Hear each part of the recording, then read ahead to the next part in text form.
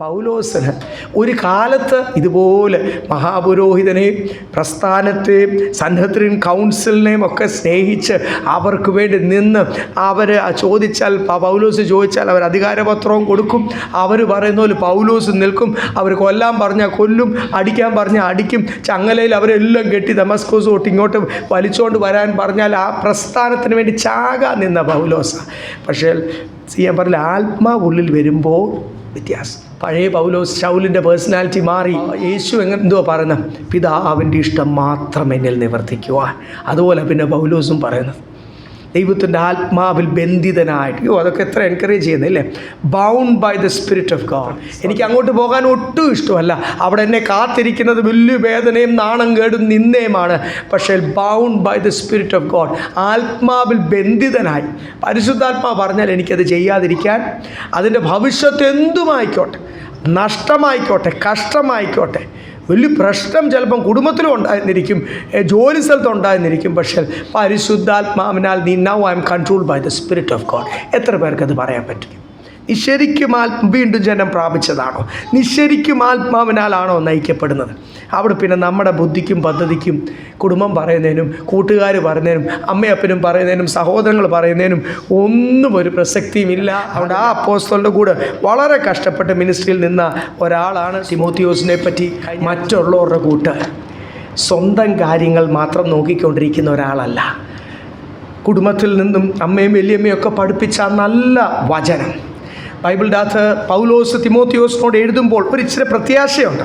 മറ്റുള്ള പല ദൈവദാസന്മാർ ദേമാസ് ലോകത്തെ സ്നേഹിച്ചു പോയി. പത്രോസ് പോലും എന്ത് ചെയ്തു? യെരുശലേമിൽ നിന്ന് വന്ന ഇസ്രായേൽ മക്കളൊക്കെ വന്നപ്പോൾ, തൻ്റെ കമ്മ്യൂണിറ്റിക്കാർ വന്നപ്പോൾ, ഞാനും ജാതികളുടെ കൂടെ ഒന്നും അല്ല, നമ്മുടെ പാരമ്പര്യം എന്നൊക്കെ പറഞ്ഞ് പത്രോസും ചില പരിപാടികളൊക്കെ കാണിച്ച് ജാതികളുടെ മധ്യത്തിൽ നിന്ന് എഴുന്നേറ്റ് യഹൂദന്മാരുടെ മധ്യത്തിൽ വന്നിരുന്ന ആഹാരം കഴിച്ച പാർട്ടിയാണ് പത്രോസ്.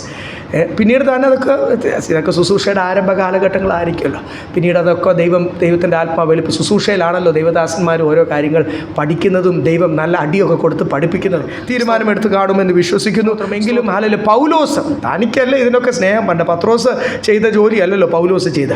പത്രോസ് പുറത്ത് ജോലി ചെയ്യുന്ന സമയത്ത് പൗലോസ് അല്ലേ ശൗലാവുന്നവനല്ലേ സന്നദ്ധരൻ സംഘത്തിലും ഈ യഹൂദ മതത്തിനും പരീക്ഷനായിട്ടും സന്നദ്ധരൻ അംഗമായിട്ടും ഒക്കെ നിന്ന് എരിവ് കൊടുത്ത്. തനിക്കല്ലേ ഇതിനൊക്കെ എരിവ് വരേണ്ടത്. പക്ഷെ താൻ കർത്താവ് വിളിച്ചപ്പം തൊട്ട് വേർപാട് പാലിക്കേണ്ട, സെപ്പറേഷൻ പാലിക്കേണ്ട വിഷയങ്ങൾക്കൊക്കെ നന്നായിട്ട് വേർപാട് പാലിച്ചത് കൊണ്ടാണ് ദൈവം വിശ്വസ്തനെണ്ണി ആഴമുള്ള വെളിപ്പാടുകൾ പരമേൽപ്പിച്ചത്. ദൈവമക്കളെ, കഥ പറഞ്ഞ് ഇപ്പം നമ്മൾ കഥകൾ, നല്ല ഫിലോസഫി, നല്ല ജ്ഞാനം, നല്ല പ്രസൻറ്റേഷൻ, നല്ല വാക്കുകളൊന്നും പറഞ്ഞാൽ ആരും രൂപാന്തരപ്പെടത്തില്ല. നല്ല പ്രസംഗമാണെന്ന് പറഞ്ഞിട്ട് പോകും, അത്രയേ ഉള്ളൂ. പക്ഷേ രൂപാന്തരപ്പെടത്തില്ല, സ്വർഗത്തിന് യോഗ്യരായി തീരത്തില്ല. കർത്താവിൻ്റെ മണവാട്ടിയായി പരിശുദ്ധനായ ദൈവത്തോടുകൂടി അതിന് തീർച്ചയായിട്ടും ആഴത്തിലുള്ള വെളിപ്പാടുകൾ വേണം. തിമോത്തിയോസിനെ പറ്റി നല്ല പ്രതീക്ഷയാണ്. തിമോത്തിയോസിനോട് പറയുന്ന രണ്ട് കാര്യങ്ങൾ: ഒന്ന്, കൊച്ചിലേ തൊട്ട് നീ കേട്ടതും അഭ്യസിച്ചതും പ്രാപിച്ചതും ആ വചനം, നിനക്ക് വചന നിശ്ചയമുണ്ട്, വചനം മുറുകെ പിടിച്ചുകൊള്ളുവാൻ. രണ്ടാമത് പറയുന്ന ദൈവദാസന്മാരുടെ കൈവെപ്പിനാൽ നിനക്ക് ലഭിച്ച കൃപാവരങ്ങൾ ഒന്നും നഷ്ടമായി പോകല്ലേ. Stir up the gifts within you എന്ന് എഴുതിയിരിക്കുന്നത്. ആ കൃപാവരങ്ങൾ ഉപയോഗിച്ചില്ലെങ്കിൽ കെട്ടുപോകും. ആ കൃപാവരങ്ങൾ പ്രാക്ടീസ് ചെയ്യുക. സ്തോത്രം. ശുശ്രൂഷയിൽ വർദ്ധിച്ചു വരിക. താനൊരു ചെറുപ്പക്കാരനായ ദൈവദാസന അല്ലല്ല. ഇപ്പോഴത്തെ പുതിയ ട്രെൻഡുകളൊക്കെ ആ സമയത്ത് ഉണ്ടായത്. ഒത്തിരി പേര് മാറിപ്പോയി. ദുരുപദേശങ്ങൾ അന്നേ ഉണ്ടായിരുന്നു. അതിലൊന്നും നീ പെട്ടുപോകല്ലേ. നീ അസോസിയേഷനിലൊക്കെ കൂടിച്ചെന്ന്, നീ കൂട്ടത്തിലൊക്കെ കൂടിച്ചെന്ന് സ്ഥാനത്തിനൊക്കെ, അല്ലെങ്കിൽ പൗലോസിൻ്റെ കൂടെ നടന്നവനല്ലേ, ശ്രേഷ്ഠ അപ്പോസ്തലൻ്റെ കൂടെ നടന്നവൻ ആയതുകൊണ്ട് ചെല്ലുന്നിടത്തൊക്കെ നിന്നെ മാലയിട്ട് സ്വീകരിക്കും. അങ്ങനെ നോർത്ത് ഇന്ത്യയിലൊക്കെ അങ്ങനെയാണ്. കാലേ വീഴും. നമ്മൾ പെട്ടെന്ന് നമ്മുടെ കാല് പതിക്കും. ഉടനെ നമ്മൾ അവരോട് കറക്റ്റ് ചെയ്യും. ദൈവത്തിൻ്റെ മുമ്പിൽ മാത്രമേ വണങ്ങാവുന്ന ചില ദൈവദാസന്മാർ അവിടെ നിന്ന് കൊടുക്കും കാലേ തൊട്ടോട്ട്. പിന്നെ അവിടെയൊക്കെ വളരെ ഗ്രാമങ്ങളിലൊക്കെ അല്ലേ ഒത്തിരി ഓടയുടെ നാറ്റമൊക്കെ ഉള്ളത്. ഈ പൂ പിന്നെ ഞങ്ങൾ അടുത്ത് വെക്കും, ഒരു ചെറിയ മണമൊക്കെ നല്ലതാണ് അല്ലേ പറഞ്ഞത്. അതുപോലെ ദൈവത്തെ പോലും മാനിക്കുന്ന അനുഭവങ്ങളൊക്കെ തിമോത്തിയോസിനും വന്നേക്കാൻ. കാര്യം എല്ലായിടത്തും എല്ലാ ലേഖനത്തിനകത്തും തിമോത്തിയോസിൻ്റെ പേരുണ്ട്. ഈ മിഷണറി യാത്രയിലെല്ലാം കൂടെ ഉണ്ട്. ഭയങ്കര എക്സ്പോഷറും എക്സ്പീരിയൻസും ശക്തനായി നിൽക്കുന്ന ഒരു ദൈവദാസൻ. നീ ഈ മനുഷ്യൻ്റെ പുകഴ്ചയിലൊന്നും നീ വീഴല്ലേ, മനുഷ്യൻ്റെ പുകഴ്ചയ്ക്കൊന്നും നീ വിട്ടുകൊടുക്കല്ലേ എന്ന് പറഞ്ഞ് തന്നെ ബലപ്പെടുത്തിയിട്ടാണ്. നമുക്ക് ആ ഭാഗങ്ങളൊക്കെ നമുക്കൊന്നുകൂടി ചിന്തിക്കാം. ഇന്ന് എൻ്റെ 1-ാമത്തെ വാക്യം തൊട്ട് നമുക്ക് വായിക്കാം. നമ്മുടെ രക്ഷിതാവായ ദൈവത്തിന്റെയും നമ്മുടെ പ്രത്യാശയായ ക്രിസ്തുയേശുവിന്റെയും കൽപ്പന പ്രകാരം ക്രിസ്തുയേശുവിന്റെ അപ്പോസ്തലനായ പൗലോസ്. ഞാൻ അപ്പോസ്തലനായി ഇവിടെ എഴുതിയിരിക്കുന്നത് ആരുടെ കൽപ്പന പ്രകാരമാണ്? ക്രിസ്തുവിൻ്റെ കൽപ്പന പ്രകാരം. നിങ്ങൾ ഓർത്തോടെ, നമ്മളെ ഓരോരുത്തരെയും ശുശ്രൂഷ പരമേൽപ്പിക്കുന്നത് ആരാ? കർത്താവ്. പാസ്റ്ററിന് മാത്രമല്ല ശുശ്രൂഷ എല്ലാവർക്കും ഉണ്ട്. അത് ഓർത്തോണം. അതുകൊണ്ട് നമ്മളെ ശുശ്രൂഷ പരമേൽപ്പിക്കുന്നത് ഞാനിത് തിരഞ്ഞെടുത്ത് അല്ല, എൻ്റെ കർത്താവ് കൽപ്പിച്ചു ദാംസ, അല്ലെങ്കിൽ നമ്മുടെ ഓരോരുത്തരുടെ പേര് വിളിച്ചിട്ട് നിന്നെ ഞാൻ ഏൽപ്പിക്കുന്ന ദൗത്യമാണ്, നീ ഇത് ചെയ്യുക. അപ്പം ഞാൻ സ്ഥാനത്തിനോ മാനത്തിനോ ഒന്നും അപ്പോസ്തലനായി തീർന്നല്ല, കർത്താവിൻ്റെ കൽപ്പന പ്രകാരം എന്ന് ഓർപ്പിച്ചുകൊണ്ടാണ് 2-ാമത്തെ വാക്യം. പൗലോസ് വിശ്വാസത്തിൽ നിജപുത്രനായ തിമോത്തിയോസിനെ എഴുതുന്നത്, പിതാവായ ദൈവത്തിൽ നിന്നും നമ്മുടെ കർത്താവായ ക്രിസ്തുയേശുവിൽ നിന്നും നിനക്ക് കൃപയും കനിവും സമാധാനവും ഉണ്ടാകട്ടെ. കൃപ, കനിവ് അല്ലെങ്കിൽ കരുണ, പിന്നെ സമാധാനം. Grace, Mercy and piece from God. Spiritual blessing ഇല്ലേ? ഇതാണ് ആത്മീയ അനുഗ്രഹം. പണത്തിന് തരുവാൻ കഴിയാത്ത, ആയിരക്കണക്കിന് കോടി രൂപയ്ക്ക് തരുവാൻ കഴിയാത്ത 3 ആത്മീയ അനുഗ്രഹത്തെപ്പറ്റി ഇവിടെ പറയുന്നു. ജാതികൾക്ക് ലഭിക്കത്തില്ല, കർത്താവിൻ്റെ പ്രിയ മക്കൾക്ക് മാത്രം കർത്താവിന് കൃപ തോന്നുമ്പോൾ എന്തൊക്കെയാണ് നമുക്കറിയത്തില്ല, ഇതിൻ്റെ വാല്യൂ നമുക്കറിയത്തില്ല. ദൈവം പറഞ്ഞ കൃപ, കനിവ് അല്ലെങ്കിൽ കരുണ, മേഴ്സി ആൻഡ് പീസ്. ആ കരുണ ഉള്ളത് കൊണ്ടല്ലേ ഞാനും നിങ്ങളും പച്ച മനുഷ്യരാണ് നമ്മളൊക്കെ ഇല്ലേ? ചില സമയത്ത് കാന്തം വലിക്കുന്ന പോലെ ലോകത്തിലേക്ക് അങ്ങ് പോകും. അവരെ സന്തോഷിപ്പിക്കാനും അവരുടെ കൂടെ നിൽക്കുവാനും അവരുടെ കൂടെ കൂടുവാനും അവരിൽ ബഹുമാനിക്കുവാനും അവർ നമ്മളെ സ്വീകരിക്കുവാനും അങ്ങോട്ട് പോകും. എത്ര വിഷമമുള്ള കാര്യമോ കർത്താവ്. യഹോവയുടെ പക്ഷത്തുള്ളവൻ ഇങ്ങോട്ട് മാറി നിൽക്കട്ടെ എന്നാണ് കർത്താവ് പറഞ്ഞു ഇല്ലേ?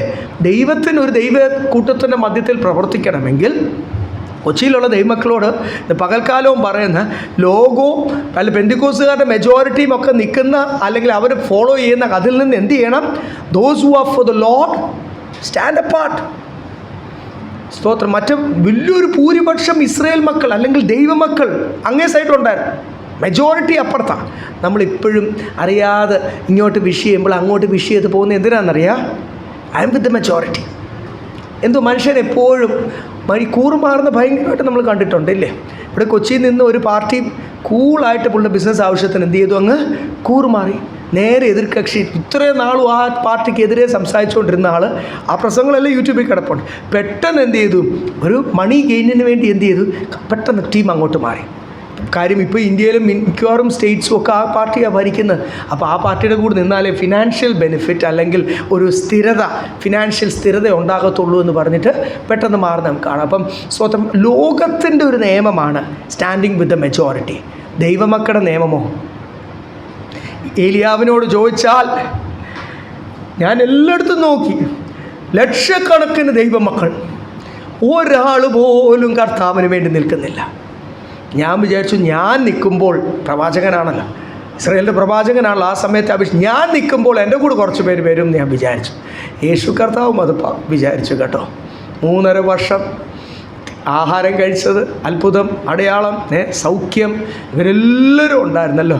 കുറച്ച് പേര് കാണും എന്ന് കർത്താവും വിചാരിച്ചു. ക്രൂശിങ്കൽ ആരെങ്കിലും ഉണ്ടായിരുന്നോ ദൈവമക്കളെ? നിനക്ക് വേണ്ടി ഞാൻ ജീവൻ നൽകുമെന്ന് പറഞ്ഞ പത്രോസ്, എനിക്ക് ആ മനുഷ്യനെ അറിയത്തുമില്ല, ഞാൻ കേട്ടിട്ടുമില്ല, ഞാൻ ആ ടീമിലുമല്ല. എല്ലാവരോടും ആണയിട്ട് ഒരു പെങ്കൊച്ച് വന്ന് പറഞ്ഞപ്പോൾ, ഇതുപോലൊരു പെൺകുട്ടി വന്ന് പറഞ്ഞപ്പോൾ, ഒരു മോള് വന്ന് പറഞ്ഞപ്പോൾ ആ മോളോടും പറഞ്ഞു, എന്തുവാ, I don't know that man, കണ്ടിട്ടുമില്ല, ഞാൻ ആ ടീമിലുമല്ല എന്നാണയിട്ട് പറയുവാൻ. ഞാൻ പറഞ്ഞില്ലേ, ഒന്ന് കർത്താവിന് വേണ്ടി നിൽക്കുവാൻ ഏലിയാവ് എന്തുമായാലും ധൈര്യമായിട്ട് നിന്നു, ഒറ്റയ്ക്ക് നിന്നു. ഒറ്റയ്ക്ക് നിന്ന് വലിയ ദൈവപ്രവൃത്തി ഉണ്ടായി. യഹോവ ഇറങ്ങി വന്ന് പ്രവർത്തിച്ചു. സ്വർഗീയ തീ ഇറങ്ങി ആഹാബിനും ഇസബേലിനും അല്ലെങ്കിൽ അവിടെ ഉണ്ടായിരുന്ന ബാലിൻ്റെ പ്രവാചകന്മാർക്കും ജാതികൾക്കും മുഴുവനും ഭയമാകുമാറ് യഹോവ, ഒരു ഇസ്രായേലിൻ്റെ ഒരു ദൈവമുണ്ട്, ജീവിക്കുന്ന ഒരു ദൈവമുണ്ട്, സ്വർഗത്തിൽ നിന്ന് തീ ഇറക്കുന്ന ഒരു ദൈവമുണ്ട്. ആ ദൈവത്തോട് കളിക്കല്ല, ദൈവം ദഹിപ്പിച്ച് കളയും. He's a consuming fire. പബ്ലിക്കിൽ അന്നുണ്ടായിരുന്ന ആൾക്കാർ കൂടിയ ലക്ഷക്കണക്കിന് ആൾക്കാർ മുമ്പിൽ ഒരു ദൈവപ്രവൃത്തി ഉണ്ടാകാൻ കാരണം ഏലിയാവിന് വേണേൽ മെജോറിറ്റിയോട് നിൽക്കാൻ. He was not with a majority, ഒറ്റയ്ക്ക്. അതുകൊണ്ട് യഹോവയ്ക്ക് വേണ്ടി. അതുകൊണ്ട് ഇവിടെ തിമോത്തിയോസിൻ്റെ ഈ ലേഖനം നമ്മൾ ചിന്തിക്കുമ്പോൾ, നമ്മൾ പഠിക്കുമ്പോൾ ഒരു കാര്യം നമുക്ക് മനസ്സിലാവും. ഒത്തിരി നമ്മൾ മറ്റുള്ള ലേഖനത്തിൽ കാണാത്ത പദങ്ങൾ, യൂസേജസ്, കട്ടിയായ വാക്കുകൾ നമ്മളെ ഒരു നല്ലപോലെ ശക്തനായിട്ട്. അതുകൊണ്ട് തിയോളജിയൻസ് ഇതിനെ അങ്ങ് പാസ്റ്ററൽ എപ്പിസൽസ് എന്നാണ്. First Timothy, second Timothy, Titus, Philemon. അപ്പോൾ ഇതിനെയൊക്കെ കട്ടിയായ വാക്കുകളാണ്. ഇത് വിശ്വാസികൾക്കുള്ളതല്ല, അങ്ങനൊന്നും അല്ല കേട്ടോ. ഞാൻ പറഞ്ഞത് ഇവരെ തിയോളജി പഠിപ്പിക്കുമ്പോൾ ഇവരതിനെ പാസ്റ്ററൽ എപ്പിസൽസ് ആക്കി മാറ്റിയിരിക്കും. പാസ്റ്ററൽ എപ്പിസൽ ഒന്നും അല്ല, അത് തിരുവചനത്തിനകത്തുള്ളത്. നമ്മൾ ഓരോരുത്തരും കർത്താവിന് വേണ്ടി ഒരു ശക്തനായ പടയാളിയായിട്ട് നിൽക്കുവാൻ. സ്ത്രീകളോടും പറയുന്നത് എന്തുവാ? പുരുഷത്വം പ്രാപിച്ച് കർത്താവിന് വേണ്ടി ധൈര്യമായിട്ട് നിൽക്കുവാൻ. ഒരു ക്വാളിറ്റിയെ കർത്താവ് നമ്മളിൽ നിന്നെല്ലാം പ്രതീക്ഷിക്കുന്നുള്ളൂ. ദൈവം തന്ന അഭിഷേകത്തിൽ ധൈര്യം ഏറ്റെടുത്തുകൊണ്ട് ധൈര്യമായിട്ട് നിൽക്കുവാൻ നമ്മളൊന്ന് നിൽക്കുമ്പോൾ മെനി വിൽ ഫോളോ. പ്രൈസ്. അങ്ങനെയാണ് നമ്മൾ ഡിസൈപ്പിൾസിനെ ഉണ്ടാക്കുന്നത്. അതുകൊണ്ട് ഹല്ലേലൂയ. മറ്റവരുണ്ടോ, ഇവരുണ്ടോ, അവരുണ്ടോ, ഞാൻ ഒറ്റയ്ക്കല്ലേ? ദൈവം നമുക്ക് ബലം തന്നിട്ടുണ്ട്. ഭീരുക്കളും അവിശ്വാസികളും എവിടെ പോകത്തില്ല? നിങ്ങൾ അഭിഷേകം പ്രാപിച്ച് കാണും, കർത്താവിൻ്റെ വേലയിലായിരിക്കും. Bible says cowards and those who cannot believe. Unbelievers എന്ന് പറഞ്ഞാൽ ജാതികളുടെ കാര്യമല്ല. അവിശ്വാസികൾ എന്ന് പറഞ്ഞാൽ ജാതികളുടെ കാര്യമല്ല. ബൈബിൾ ദൈവമക്കളോടാണ് പറയുന്നത്. ഭീരുക്കളും കർത്താവിലൊന്ന് വിശ്വസിക്കുവാനും ആശ്രയിക്കുവാനും കഴിയാത്തവർ. Those who can't trust in the Lord, 100% trust ദൈവത്തിൽ വെക്കുവാൻ. അപ്പം ഭീരുക്കളും അവിശ്വാസികളും. ഇപ്പോഴത്തെ ടീച്ചിങ് എങ്ങനെയാണ്? സ്നാനപ്പെട്ടവരെല്ലാം സ്വർഗത്തിൽ പോകും. നോ. എത്ര ക്ലോസസാണ് ബൈബിൾ തന്നിരിക്കുന്നത്. അതിലൊരു വലിയ ക്ലോസാണ് ഭീരുക്കളും അവിശ്വാസികളും ദൈവരാജ്യം. ഇവിടെ 1-2 വാക്യങ്ങൾ മാത്രമേ ഇന്ന് ഓർപ്പിക്കുന്നുള്ളൂ. ആൾക്കാരും കുറവാണല്ലോ. അടുത്ത ആഴ്ച നമുക്ക് കൂടുതൽ ചിന്തിക്കാം. അതിൻ്റെ 2-ാമത്തെ വാക്യത്തിൽ എഴുതിയിരിക്കുന്ന കൃപ, കരുണ അല്ലെങ്കിൽ കനിവ്, സമാധാനം, ഈ 3 ആത്മീയ അനുഗ്രഹം ദൈവത്തിൽ നിന്ന് വരട്ടെ. പിന്നെ 3ഉം 4ഉം. യെസ്. വിശ്വാസം എന്ന ദൈവവ്യവസ്ഥയ്ക്കല്ല, തർക്കങ്ങൾക്ക് മാത്രം ഒതുങ്ങുന്ന കെട്ടുകഥകളെയും അന്തമില്ലാത്ത വംശാവലികളെയും ശ്രദ്ധിക്കരുതെന്നും ചിലരോട് ആജ്ഞാപിക്കേണ്ടതിന്. 3-ാമത്തെ വാക്യത്തിൽ നമ്മൾ കണ്ടു, ഞാൻ ചിലരോട് എന്ത് ചെയ്യണം? നിങ്ങൾ ആജ്ഞാപിക്കണം. ചാർജ് ദം എന്ന് എഴുതിയിരിക്കുന്നത്. അന്യത ഉപദേശിക്കല്ല, വേറെ ഉപദേശമൊന്നും ഇവിടെ എന്ത് ചെയ്യല്ല, ഉപദേശിക്കല്ല. 2ാമത് എഴുതിയിരിക്കുന്ന കെട്ടുകഥകൾ. എന്തോ ഇവിടെ എഴുതിയിരിക്കുന്ന കെട്ടുകഥകൾ, ഫേബിൾസ്, കെട്ടുകഥകൾ. ഞാൻ പറഞ്ഞില്ലേ, പരിശുദ്ധാത്മാവ് നല്ല കൃപ ഇങ്ങനെ ആലോചനകൾ തന്നുകൊണ്ടിരിക്കണം. തന്നില്ലെങ്കിൽ ഒരു ദൈവദാസൻ്റെ കാര്യം കഷ്ടമാണ്. പിന്നെ എവിടുന്നെങ്കിൽ കഥ പ്രസംഗിക്കട്ടോ. നിങ്ങളോട് പല പ്രാവശ്യം പറഞ്ഞതായെങ്കിലും ഒന്നുകൂടി ഞാൻ പറയുക. ഒരു ദൈവദാസനും ഒരു പുസ്തകം ബൈബിൾ സ്റ്റോഴ്സിലൊക്കെ ഉണ്ട്. പലപ്പോഴും വടക്കിൻ്ത്യയിൽ നിന്നൊക്കെ ഇങ്ങോട്ട് വരുന്ന, നാട്ടിൽ വരുന്ന ദേവദാസന്മാരുടെ ഈ കുമ്പനാടും തിരുവല്ലായിലും അല്ലെങ്കിൽ ഇതുപോലുള്ള എറണാകുളത്തൊക്കെ ചില വലിയ ബൈബിൾ സ്റ്റോഴ്സിലൊക്കെ ഈ ബൈബിളിൻ്റെ ഇത് കിട്ടത്തുള്ളൂ. ഇതിൻ്റെ സങ്കീർത്തന വ്യാഖ്യാനം, റോമാലേഖന വ്യാഖ്യാനം, ഓരോ പുസ്തകങ്ങൾ. അപ്പോൾ നാട്ടിൽ വരുന്ന ദേവദാസന്മാരോട് പെട്ടെന്ന് പറയും, നാട്ടിൽ നിന്ന് വരുമ്പോൾ പാസ്റ്റർ എനിക്കൊരു സങ്കീർത്തന വ്യാഖ്യാനം വാങ്ങിച്ചുകൊണ്ട് വരണമേ. കാര്യം ഈ വ്യാഖ്യാന പുസ്തകം ഇല്ലെങ്കിൽ, ഞാൻ ഓർക്കുന്നു, ഞങ്ങൾ അടിമാലിയിൽ ചെന്നപ്പോൾ ഞങ്ങൾക്ക് അറിയാവുന്ന ഒരു പ്രായമുള്ളൊരു ദേവദാസനാണ്, വർഷങ്ങൾ 35 വർഷം ശുശ്രൂഷ.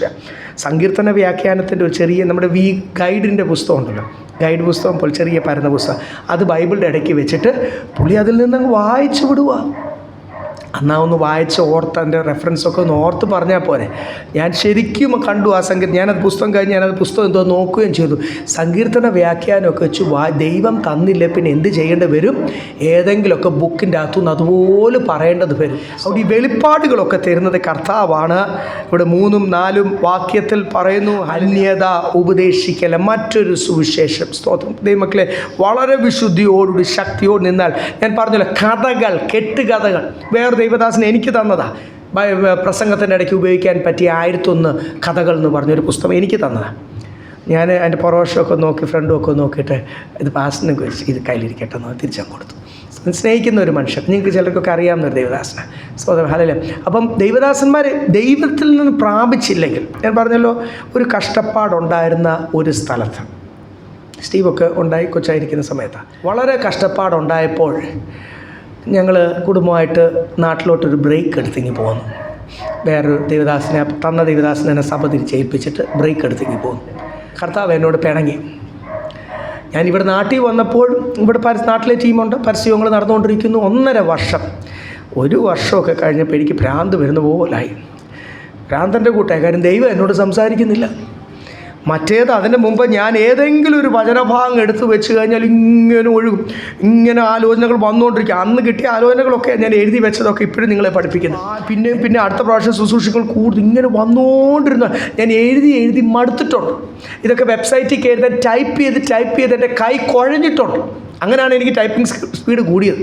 പറയുന്നതിനേക്കാൾ സ്പീഡിൽ ടൈപ്പ് ചെയ്യും. ഇത് ഈ വചനത്തിൻ്റെ ബൈബിൾ ക്ലാസ് കർത്താവ് തന്ന ആലോചനകൾ ടൈപ്പ് ചെയ്താണ്. നിങ്ങൾ വിശ്വസിക്കത്തില്ല, ഇതെല്ലാം ബാക്കപ്പ് ഇരിപ്പുണ്ട്. ഇങ്ങനെ ആലോചന തന്നുകൊണ്ടിരുന്ന കർത്താവ് ഏൽപ്പിച്ച സ്ഥലത്ത് ഇച്ചിരി കട്ടിയായി, ഇച്ചിരി പട്ടിണിയായി, ഇച്ചിരി പ്രശ്നമായി, അവിടെ ഭയങ്കര പൊളിറ്റിക്സായി, വിഷമമായി. അവിടെ ഞങ്ങൾ കൊണ്ടുപോയ ദേവദാസൻ തന്നെ പയറ്റു തുടങ്ങി. അതൊക്കെ ആയപ്പോഴത്തേക്ക് ഞങ്ങൾ ഈ സഭാ ശുശ്രൂഷയുടെ, നേരത്തെ ഇവാഞ്ചലിസം ശുശ്രൂഷ ഉണ്ടായിരുന്നെങ്കിൽ സഭാ ശുശ്രൂഷയുടെ ഒക്കെ ആരംഭമല്ലേ, ഞങ്ങളിങ്ങനെ തിരിച്ചിങ്ങി പോന്നു. നാട്ടിലാവുമ്പോൾ അന്നത്തെ കാലത്ത് ഞങ്ങളുടെ മീറ്ററും വർക്ക് ചെയ്യുന്നില്ലായിരുന്നു. ഞങ്ങളുടെ 3 ഫേസ് മീറ്ററും വർക്ക് ചെയ്യും. ഒത്തിരി പ്രാവശ്യം ഞങ്ങളെ മീറ്റർ മാറ്റി വെക്കാൻ പണ്ട് അവർ വർഷങ്ങളെടുത്തു, 5-6 വർഷം വർക്ക് ചെയ്തു. ഇതിനൊക്കെ ഉണ്ടായ സമയത്തൊക്കെ ഞങ്ങളുടെ മുറിയിലെ വീടുകളിലെ AC-കളെല്ലാം ഓണാക്കി ഇട്ടിരിക്കുക. മീറ്റർ വർക്ക് ചെയ്യുന്നില്ല. അപ്പോൾ എത്ര അവരൊരു ഒരു കറണ്ട് ചാർജ് അങ്ങ്. അപ്പം അവിടുത്തെ ചൂട്, അവിടുത്തെ കഷ്ടപ്പാട്, അവിടുത്തെ ഞങ്ങൾക്ക് തന്ന ആ വീടൊക്കെ ഇവർ ഒന്ന് കാണാൻ വന്നു. എൻ്റെ പെങ്ങളും അളിയനും ഒക്കെ അവിടുന്ന് സ്കോർപ്പിയോ ഒക്കെ ഓടിച്ച് നാട്ടിൽ നിന്ന് ഹൈ സ്പീഡിലേക്ക് വന്നതിനേക്കാൾ സ്പീഡിൽ അവർ തിരിച്ചു പോയി. എന്നിട്ട് ഞങ്ങളോട് ചോദിച്ചു, അളിയനും ഒക്കെ എന്നോട് ചോദിച്ചു, നിങ്ങൾ എങ്ങനെ ബാത്റൂമിൻ്റെ ആ ബാത്റൂം എന്ന് പറഞ്ഞാൽ ഞങ്ങൾക്ക് ദൈവം ആദ്യം തന്ന ട്രെയിനിങ്ങാണ്. നിങ്ങളാണെങ്കിലും ആ ബാത്റൂം കണ്ടു കഴിഞ്ഞാൽ നിങ്ങൾ പിന്നെ എന്നോട് പോലും ചിലപ്പോൾ സംസാരിക്കത്തില്ല. അതുപോലെ. അപ്പം ഞാൻ പറഞ്ഞത് വേറൊന്നുമല്ല, ഇച്ചിരി ബുദ്ധിമുട്ട് വന്നപ്പോൾ, ഒത്തിരി ഞങ്ങളെ ദൈവം താഴ്ത്തിയപ്പോൾ ഞങ്ങൾ ആ ബുദ്ധിമുട്ട് നാട്ടിൽ വന്നു. ദൈവം എന്നോടങ്ങ് പിണങ്ങി. ദൈവം എന്നോടെന്താ, ഞാൻ ആ ഒരു 1.5 വർഷം ഓർക്കുന്നു. പരസ്യങ്ങൾ ശുശ്രൂഷിക്കുന്നുണ്ട്. ഇടയ്ക്കൊക്കെ സഭകൾ, നാട്ടിൽ ആ സമയത്ത് സഭകളുണ്ട് നമുക്ക്, അവിടെയൊക്കെ എന്നെ വിടുന്നുണ്ട്. ഇടയ്ക്കൊക്കെ ശുശ്രൂഷിക്കാൻ ആ പാസ്റ്റർമാരൊക്കെ എൻകറേജ് ചെയ്യാൻ വിടുന്നുണ്ട്. ദൈവം എന്നോട് സംസാരം നിർത്തി. പഴയ സ്റ്റോക്ക് വെച്ച് പ്രസംഗിക്കുക, പുതിയതൊന്നും കർത്താവ്. അതൊരു വല്ലാത്തൊരു ഹോണ്ടിങ് അനുഭവമാണ് കേട്ടോ. ഒരു ദൈവദാസന് പറ്റാവുന്ന ഏറ്റവും ആ സമയത്ത് ദൈവം. പിന്നെ ഞാൻ കരഞ്ഞ് വിളിച്ച്, ഞാൻ ഷീലാനഗർ എന്ന് പറഞ്ഞ ഒരു ഗ്രാമത്തിൽ നിന്ന് ഞാൻ ഇങ്ങോട്ട് പേടിച്ചല്ല, സുഖത്തിന് വേണ്ടി എന്ന് പറഞ്ഞാൽ നാട്ടിലും ഉണ്ടല്ലോ മിനിസ്ട്രി. പക്ഷെ ഓരോ ദൈവദാസന്മാർ എവിടെ ആയിരിക്കണം, എത്ര കാലഘട്ടമായിരിക്കണം, തിരിച്ച് ദൈവം എന്നെ യോനായെ പോലും മൂക്കോണ്ട് ഇക്ഷ വരപ്പിച്ച്, ഞങ്ങൾ ഒരിക്കലും ഉണ്ട് ആ ദേശം മറക്കത്തില്ല, തിരിച്ച് ആ സ്ഥലത്ത് ചെന്ന് അതിലും കഷ്ടമായ ഒരു വീടും കർത്താവ് തന്ന്. എൻ്റെ പ്രശ്നമൊക്കെ മാറിയല്ലോ. ആദ്യം ഇതിലും നല്ലൊരു വീട് തന്ന, രണ്ടാമത് തന്നപ്പോൾ അതിലും പേടിപ്പിക്കുന്ന രീതിയിലുള്ളൊരു വീടും തന്ന്. ഞാൻ ആദ്യം എൻ്റെ വീട്ടിൽ വന്ന ഒരു ഗസ്റ്റ്, ഒരു വേറെ വെളിയിൽ നിന്ന് അവർ അവധിക്ക് വന്നപ്പോൾ ആ കുടുംബം കൊണ്ടുവന്നതാണ്. ആ ഗസ്റ്റിന് ഞങ്ങൾ വെച്ച ഫാൻ എങ്ങനെയാണെന്നറിയാം. ഞാൻ ഇവിടുന്ന് ഒരു DC ഫാൻ, അത് ഏതാണ്ട് ഒരു പൊട്ടിപ്പോയൊരു DC ഫാൻ, അതൊരു കമ്പിൻ്റെ മണ്ടയ്ക്ക് കെട്ടി, നമ്മുടെ ഈ കമ്പ്യൂട്ടർ ഫാൻ പോലത്തെ ഇച്ചിരി സ്പീഡുള്ളൊരു ഫാൻ. ആ ഗസ്റ്റിന് വന്നപ്പോൾ ഞങ്ങൾ ഇങ്ങനെ മേളിൽ നിന്ന് ഒരു സ്ഥലത്തുനിന്ന് ഫിറ്റ് ചെയ്ത് അവരുടെ തലയിൽ ഇങ്ങനെ കൊണ്ടുപോയി. ഭയങ്കര ചൂട്, കറണ്ടുമില്ല. അപ്പം അങ്ങനെ ഒരു ഫാനൊക്കെ ഫിറ്റ് ചെയ്തായിരുന്നു. അപ്പം ഞങ്ങളവിടെ വേറെ ഫാൻ ഇല്ല, ആ വീട്ടിൽ വേറെ ഫാൻ ഇല്ലായിരുന്നു. ഭയങ്കര ചൂട്, ഒരു നില വീടാണ്, മേളിൽ നിന്ന് പഴുത്തിങ്ങ് ചൂട് ഇറങ്ങുക. അവിടെ നമ്മൾ ഇരുന്നുണ്ടല്ലോ, നമ്മൾ ഉരുകി ചാവും, ചിലപ്പോൾ മയങ്ങി ഇങ്ങനെ അങ്ങ് പോകും. അങ്ങനത്തെ ചൂടാണ്. ഞാൻ പലപ്പോഴും അന്ന് ബുള്ളറ്റ് വേണം, അന്നൊരു ബൈക്കേ ഉള്ളൂ, ഞാൻ ഇവിടുന്ന് വേറെ ഒന്നും കൊണ്ടുപോയിട്ടുമില്ല. അന്ന് വളരെ ആ ദൈവം അനുവദിക്കുന്ന രീതിയിൽ ശുശ്രൂഷ ചെയ്യുന്ന ഒരു കാലഘട്ടമാണ്. ആ വണ്ടിയൊക്കെ വെളിയിരിക്കുക, ഞങ്ങൾ ആ വണ്ടി ഒന്ന് എടുത്തുകൊണ്ടൊന്ന് വെളിയിൽ ഇറങ്ങിക്കഴിഞ്ഞാൽ സൺസ്ട്രോക്ക് ഏറ്റ് നമുക്ക് തലവേദന വരും. പലപ്പോഴും പകലൊക്കെ ഞാൻ ഇറങ്ങി അതുപോലെ തലവേദനയോടുകൂടി തിരിച്ച് വന്നിട്ടുണ്ട്. അപ്പം ആ ദേശത്തുനിന്ന് ഞാനൊന്ന് പോകുന്നതാണ്. തിരിച്ച് കർത്താവ് ആ ദേശത്തിട്ട് ബാക്കിയുള്ള വർഷങ്ങൾ അവിടെ ശുശ്രൂഷ ചെയ്ത് വിജയിച്ച് അനേകരെ സ്നാനപ്പെടുത്തി, 2 രാവിലെയും വൈകിട്ടും 2 ആരാധനയൊക്കെ ആ ദേശത്ത് തന്നെ നടത്തി. ദൈവത്തിൻ്റെ സമയമായപ്പോൾ 8 വർഷത്തിന് ശേഷം അടുത്ത 2 പേരെ ശുശ്രൂഷ കൈമാറിയിട്ടാണ് തിരിച്ച് ദൈവം കൊച്ചിയിലേക്ക് കൊണ്ടുവന്നത്. ഞാൻ പറഞ്ഞത്, ഹല്ലേലൂയ, ദൈവം പിണങ്ങിയാൽ കർത്താവ് വെളിപ്പാട് നിർത്തും. നല്ലപോലെ ജീവിതത്തിൽ അനുഭവിച്ചറിഞ്ഞ ഒരാളാണ്. പിന്നീടാണ് ദൈവം എന്നോട് സംസാരിക്കാനും വെളിപ്പാടുകൾ തരാൻ. എന്നാൽ ഇന്ന് ഞാനത് പലപ്പോഴും പറയാറുണ്ട്, അന്ന് കിട്ടിയ അത്രയും ആഴത്തിൽ വെളിപ്പാട് ഇന്ന് അല്ലെങ്കിൽ പിന്നീട് അത് കിട്ടുവാൻ ഇടയായി തീർന്നില്ല. അന്ന് ഇങ്ങനെ ഒരു ഒറ്റ വാക്യം മതി, ഇങ്ങനെ പോയിൻറ്റ്സ് വന്നുകൊണ്ടിരിക്കുമായിരുന്നു. സ്തോത്രം. അപ്പം വെളിപ്പാടുകൾ നിൽക്കുമ്പോഴാണ് ഇവിടെ പല ശുശ്രൂഷകർ ഇവിടെ വന്ന് കഥകൾ, അന്ന് 2000 വർഷം മുമ്പേ കർത്താവ് സംസാരിച്ചില്ല, പിന്നെ എന്ത് പറയാൻ പറ്റും? ഇവിടെ എത്ര പാസ്റ്റർമാരാണെന്നറിയാം. ഒരമ്മച്ചി ഉണ്ടായിരുന്നു, അമ്മച്ചിയുടെ മുറ്റത്തെ ആപ്പിൾ മരത്തിൽ നിന്ന് ഒരു ആപ്പിൾ വീണു. അപ്പോഴത്തേക്ക് ഫയർ സ്റ്റേഷനിൽ ഈ ആപ്പിൾ മരത്തിൻ്റെ കഥ പറയുമ്പോഴേ നമുക്കറിയാം ഇത് നാട്ടിലെങ്ങും നടന്നതല്ല. എവിടെ നടന്നതാണ്? എവിടാണ്ട് അമേരിക്കയിൽ നടന്ന ഒരു കഥയും വായിച്ചിട്ടാണ് ഈ ദേവദാസൻ അതിനെ മലയാളീകരിച്ച് ഈ അമ്മച്ചിയുടെ ആപ്പിൾ മരത്തിനെ പറ്റിയുള്ള കഥകൾ നമ്മൾ എത്ര പാസ്റ്റർമാരിൽ നിന്ന് കേട്ട് കാണും. ഇങ്ങനെ കഥകൾ പറഞ്ഞുകൊണ്ടിരിക്കണം. പിന്നെ അടുത്തത് എന്തുവാ? വംശാവലികളിൽ ഒന്ന് വായിച്ച്. വിശ്വാസം എന്ന ദൈവവ്യവസ്ഥയ്ക്കല്ല, തർക്കങ്ങൾക്ക് മാത്രം ഉതകുന്ന കെട്ടുകഥകളെയും ഇല്ലാത്ത വംശാവലികളെയും ശ്രദ്ധിക്കുക. കെട്ടുകഥകൾ രണ്ടുകൊണ്ട് അതിൻ്റെ അകത്ത് ഒന്നീ തമാശ പറച്ചിൽ, തമാശ സ്റ്റാൻഡേർഡ് വിട്ടങ്ങ് പോയി പറയും ദേവദാസന്മാർ, ആൾക്കാരെ ഒന്ന് ജീവിപ്പിക്കാൻ വേണ്ടി. അല്ല, ആൾക്കാർ ഉറങ്ങുമെന്ന് വിചാരിച്ചായിരിക്കും ഇടയ്ക്ക് ഒരു തമാശയൊക്കെ പറയും. പക്ഷേ ഈ ഉദാഹരണം പറയുന്ന പോലല്ല, എന്തെങ്കിലുമൊക്കെ കെട്ടുകഥകൾ പറയുമ്പോൾ അല്ലെങ്കിൽ ചിലരെന്ത് ചെയ്യും, കുറേ ഫിലോസഫിയൊക്കെ പറയും. ചിലർ സ്ലോഗനൊക്കെ പറയുന്നത് കാണാം, ചിലർ ഫിലോസഫിയൊക്കെ പറയുന്നത് കാണാം, ചിലർ പുസ്തകത്തിൽ നിന്ന് വായിച്ച എന്തെങ്കിലുമൊക്കെ കാര്യങ്ങൾ, ആ രാജ്യത്തെപ്പറ്റി, ഈ രാജ്യം. ദൈവം നമ്മൾ ഇവിടെ ആക്കിയിരിക്കുമ്പോൾ നമ്മൾക്ക് മനസ്സിലാകുന്ന നമുക്കിന്ന് പകൽക്കാലം ഈ ഒരു വരുന്ന ആഴ്ച ആവശ്യമുള്ള ബലമല്ലേ കർത്താവ് തരേണ്ടത്. നമ്മൾ കടന്നു പോകാൻ പോകുന്ന അവസ്ഥകൾ നമുക്കറിയത്തില്ല, കടന്നു പോകാൻ പോകുന്ന അവസ്ഥകൾ കർത്താവിനറിയാം. അതിനുള്ള ആലോചന മുന്നമേ തരുന്ന ഓരോ ആഴ്ചയും ദൈവം തരുന്ന ഒരു സമയമാണ് ആരാധന, ഇല്ലേ? ആരാധനയും പ്രാർത്ഥനയിൽ കൂടുമ്പോൾ നമ്മുടെ വ്യക്തിപരമായ പ്രാർത്ഥനയിലൊക്കെ ദൈവം തരുന്നത് വരും ദിവസങ്ങൾ നമ്മുടെ മുമ്പിൽ മലകളിൽ പോലുള്ള പ്രശ്നങ്ങൾ വന്ന് നിൽക്കുമ്പോൾ നമ്മൾ എടുക്കേണ്ട തീരുമാനമാണ്. ആ സമയത്ത് നമ്മൾ പറയും എനിക്കറിയത്തില്ല, കർത്താവ് എന്നോട് പറഞ്ഞില്ല, ഒന്നും പറയാൻ പറ്റത്തില്ല. കാര്യം വ്യക്തമായി കർത്താവ് പറഞ്ഞാണ് ദൈവം. അപ്പം ആ ദൈവത്തിൻ്റെ മർമ്മങ്ങൾ, അല്ലെ സ്വർഗീയ മന്ന, അഗ്നിസ്തംഭം, മേഘസ്തംഭം, മരുഭൂമിയുടെ അവസ്ഥയിലൊക്കെ കടന്നു പോകുവാൻ ഈ ശരീരം ക്ഷീണിക്കാതെ, കാല് വീഞ്ഞു പോകാതെ, അല്ലെങ്കിൽ ചെരുപ്പ് തേഞ്ഞു പോകാതെ, വസ്ത്രം കീറിപ്പോകാതെ അവർക്ക് ബലം തരുവാൻ കഴിയുന്ന ശരീരത്തിനും മനസ്സിനും അവരിടുന്ന വസ്ത്രത്തിനും ചെരുപ്പിന് പോലും ബലം നൽകുവാൻ കഴിയും ഈ മന്നയ്ക്ക്. പറ്റുമോ? അല്ലേ? ആ മന്നയുടെ പ്രത്യേകതയാണ് അവരുടെ ചെരുപ്പ് തേഞ്ഞില്ല, വസ്ത്രം കീറിയില്ല. ഈ കുഞ്ഞു പിള്ളേരുടെ നമ്മൾ ഈ ഷൂസൊക്കെ വാങ്ങിക്കുമ്പോൾ സൈസ് നമ്പർ 8 ഇങ്ങനെ കയറിയൊക്കെ പോകും. പിന്നെ അത് 13 വരെയും കഴിഞ്ഞിട്ട് പിന്നെ ബ്രിട്ടീഷ് സൈസ് നമ്പർ 1, 2, 3 എന്ന് പറഞ്ഞ് കയറിപ്പോവും. അപ്പം ഈ 40 വർഷം 1 വയസ്സുള്ള കുഞ്ഞിന് 41 വയസ്സായി കാണും കനാലിലെത്തിയപ്പോൾ. ജീവനോടുണ്ടെങ്കിൽ ഒത്തിരി പേര് അനുസരണക്കട്ടവരെല്ലാം മരുഭൂമിയിൽ പട്ടുപോയി. അപ്പം ഈ ചെരുപ്പ് ഉണ്ടാക്കാനുള്ള സമയം അവർക്ക് കിട്ടിയോ? തുണി നെയ്യാനുള്ള സമയം കിട്ടിയോ? ഞങ്ങൾക്ക് ഈ പ്രാവശ്യത്തെ ടീം വർക്കിൽ ഇതുപോലായിരുന്നു. രാത്രി 12 മണിക്ക് കയറി വരും, അത് രാവിലെ അച്ഛന് പിന്നെ ഉറക്കമില്ല. രാവിലെ 2 മണിക്ക് എഴുന്നേറ്റ് അച്ഛൻ പ്രാർത്ഥന. എനിക്കാണ് ഇച്ചിരി ഉറക്കം കൂടുതലുള്ള ആളാണ്. അതുകൊണ്ട് അച്ഛൻ എന്നെ രാവിലെ എനിക്കൊരു മിസ് കോൾ അയക്കാൻ ഒരു മെസ്സേജ് അയക്കും, പക്ഷേ നമുക്ക് 6:30 ഒരുങ്ങി 7 മണിക്ക് ഇറങ്ങണേ എന്ന് പറഞ്ഞൊരു. ഞങ്ങളിപ്പോൾ രാവിലെ അങ്ങ് തുടങ്ങും. അപ്പോൾ ഇതുപോലെ ഇതിലും ചിലപ്പോൾ അതിരാവിലെ എഴുന്നേറ്റായിരിക്കും ഇസ്രായേൽ മക്കൾ. രാത്രി നിർത്തും, രാവിലെ പിന്നെയും എഴുന്നേറ്റ് നടക്കും, രാത്രി നിർത്തും.